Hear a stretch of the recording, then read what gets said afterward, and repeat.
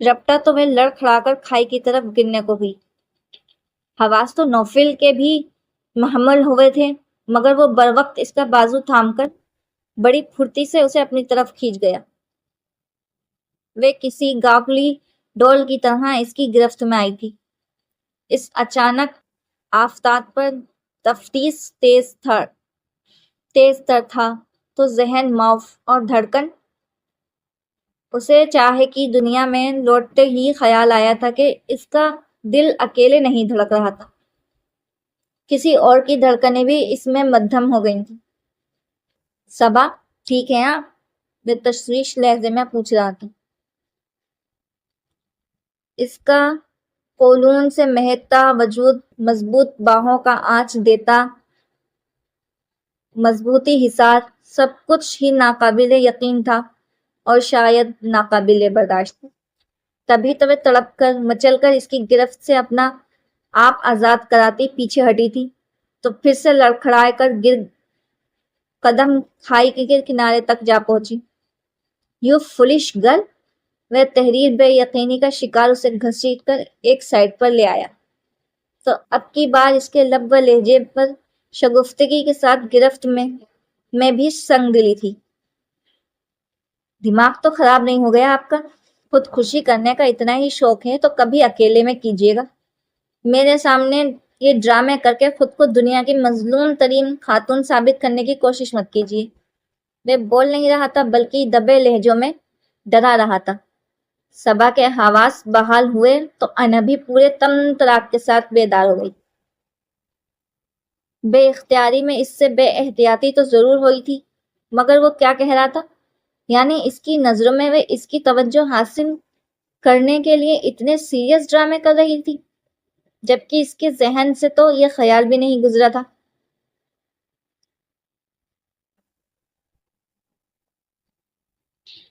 میرا خودکشی کرنے کا نہ تو کوئی ارادہ ہے اور نہ ہی شوق، اور نہ ہی میں نے آپ کی طرف مدد کے لیے ہاتھ بڑھایا تھا۔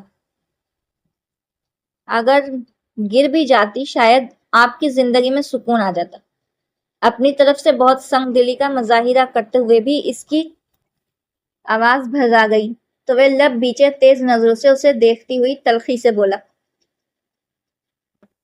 کاش مجھ میں انسانیت نہ ہوتی تو میں ایسا بھی کر گزرتا۔ آزادی ملتی تو سکون کا بے پایا احساس بھی ہوتا۔ مگر تب سے میں شکرانے کے نفل بھی پڑھ لیتا۔ اس نے بولتے ہوئے ایک پل کو بھی اس نازک سی لڑکی کے جذبات و احساسات کی تباہی کا خیال نہیں کیا تھا۔ اب بھی کون سا کم کر رہے ہیں؟ اس سے تو بہتر تھا کہ اپنے ہاتھوں سے ہی مجھے دھکیل دیتے۔ وہ اعتماد سے آنکھیں پوچھتی اٹھ کھڑی ہوئی تھی، تب اسے احساس ہوا کہ خوف سے ابھی بھی اس کا وجود لرز رہا تھا۔ اتنی آسان موت؟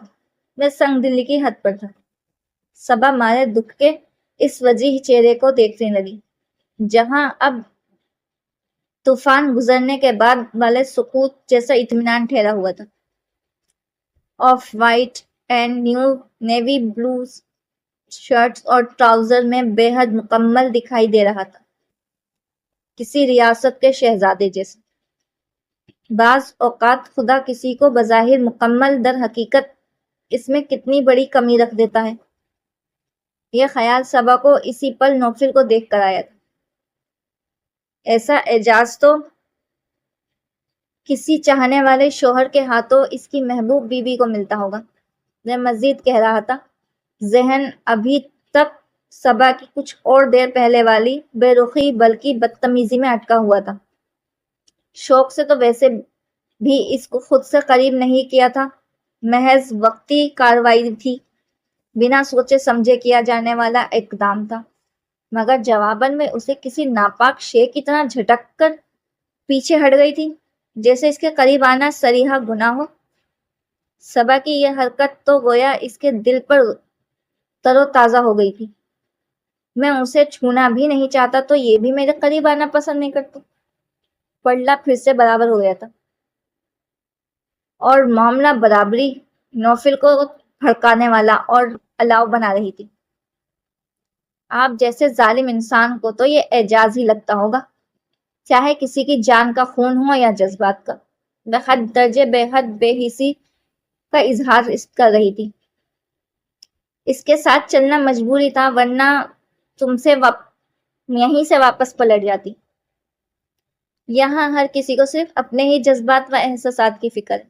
میں بھی انسان ہوں، مجھے بھی ٹینشن ہوتی ہے، میں بھی ٹینشن فری رہنا چاہتا ہوں، مگر ہر جگہ آپ کو انچاہے بوجھ کی طرح شانوں پر لادے پھرنا پڑتا ہے۔ مجھ سے تو کوئی ہمدردی نہیں ہے آپ کو۔ صبا کی ٹینشن حد سے سوا ہونے لگی۔ اسی لمحے اس نے اپنے آپ کو پوری طرح نفک ہوتے محسوس کیا تھا۔ چلو چھوڑو، محبت جھوٹ ہے، عہد وفا ایک شغل ہے بیکار لوگوں کا، طلب سوکھے ہوئے پتوں کا بے رونق جزیرہ ہے، خلش دیمک زدہ اوراق ہے، بوسیدہ سطح پر سطروں کا ذخیرہ ہے۔ چلو چھوڑو کہ اب تک میں اندھیروں کی دھمک میں ساز کی ضربوں پہ چاہت کی بنا رکھ کر سفر کرتی رہی ہوں۔ مجھے احساس ہی کب تھا کہ تم بھی موسموں کے ساتھ اپنے پیرہن کے رنگ بدلو گے۔ چلو چھوڑو، مرا ہونا نہ ہونا ایک برابر، تم اپنے خال و خند کو آئینے میں پھر نکھارنے دو، تم اپنی آنکھوں کی بستی میں پھر سے ایک نیا موسم اترنے دو، میرے خوابوں کو مرنے دو۔ چلو چھوڑو، محبت جھوٹ ہے۔ موسم کی خوبصورتی، ماحول کا سحر اور معنی خیزی تنہائی، کچھ بھی تو ان کے دھیان میں نہیں تھا۔ آس پاس پھیلے جنگل پر اٹھتی درختوں کی مسحور کن خوشبو بھی ان کے احساسات کو مہکانے میں ناکام تھی۔